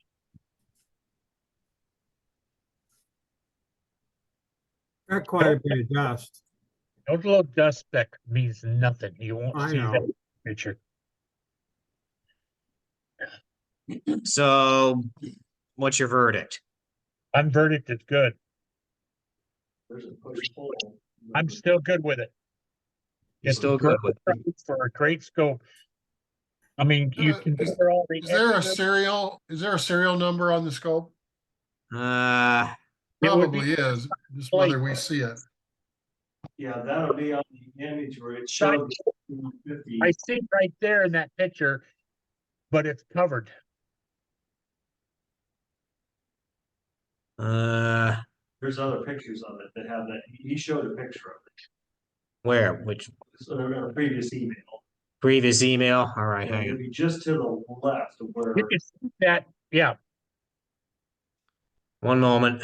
because we, yeah, that Okay. should have a picture of that. Here's the. I'm sharing this now. So it'll be in this batch here. You tell me when I've got it. It should be on the left side from the back. There it is, right there, lower left. Down There here. it is. Yep.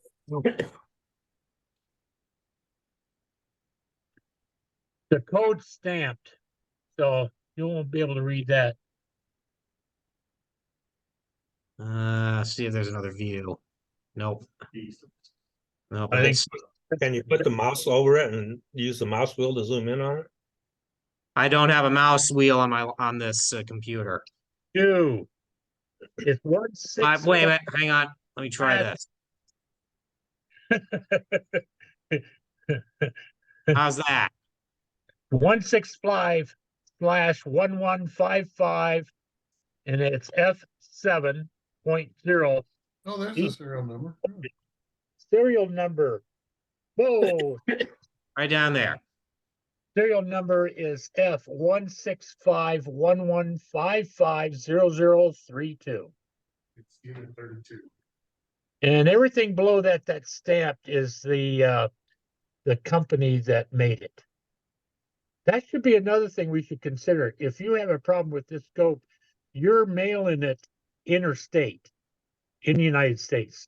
I don't have no idea the ASCAR would, of course, we already decided to get this, so. That's another good thing, the fact that you won't be mailing it to China. I think they're in Arkansas, aren't they? Yeah, Little Yep. Rock Springdale, Arkansas.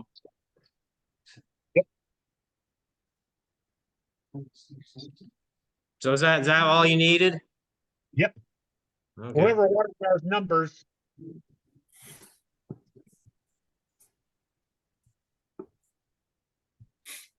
Still back there, still in. 5 minutes left. Yes, got 5 minutes left. So is there any other urgent business that we need to cover tonight? I believe we accomplished quite a bit here. So do I'm I. rather excited about the purchase. And Jim, I'll be up after 8 anyway, so I won't email this guy until we talk. Okay, that sounds good. And so feel free to call me anytime after 8. Yeah, and John and Craig, it just gives you guys an idea if there's anything else that pops in your mind that we better say to him right away, but then, I think just seeing what other information we might want to get from him and get to know him a little better. Uh-huh. I feel like I almost should have had him zoom in, ask him questions directly. Well, yeah. I didn't think of that until now. Yeah. That's hindsight for you. Yeah. But All right. this telescope natively is an F7, and then it Yeah. has F7 corrector, reducer corrector. So that gives you photographically an F4.9. So it's a pretty fast scope photographically when you use the corrector. Correct. I probably won't use it for that, but other people. Stops faster, which is Right. going to give you more Is your- per shot. Is your If you- comment you wouldn't use it photographically, or you wouldn't use it at that with a reducer? No. Either way, it's good, but reducer is going to give you a wider field, which is, depends on what you're after, but it will give you more photons for the same amount of time. For an example, I have an F10. I put a hyperstar on it, which is F2. That means I'm going to get up to 25% more photons, which would equal a 60-second shot equals 10 minutes exposure on an F10. I know it's outrageous, but it works. We'll take your word for it. Yeah, I mean, hey, I took a picture here. Yes. I can show you guys on the one I just took. Okay. If you got- I think The rest of us here gotta go home. See, this is very quick. Okay. some of us have to work early tomorrow morning. Yeah. Well, I feel sorry for you guys. Okay, good to talk to you. Thanks. I see everybody. Thanks for logging in. Okay, so move to adjourn. So moved. Second, all those in favor, aye, all opposed, who cares? Very active. Good meeting, everyone. Thanks. Have a good one. Have a good night. Bye. You too.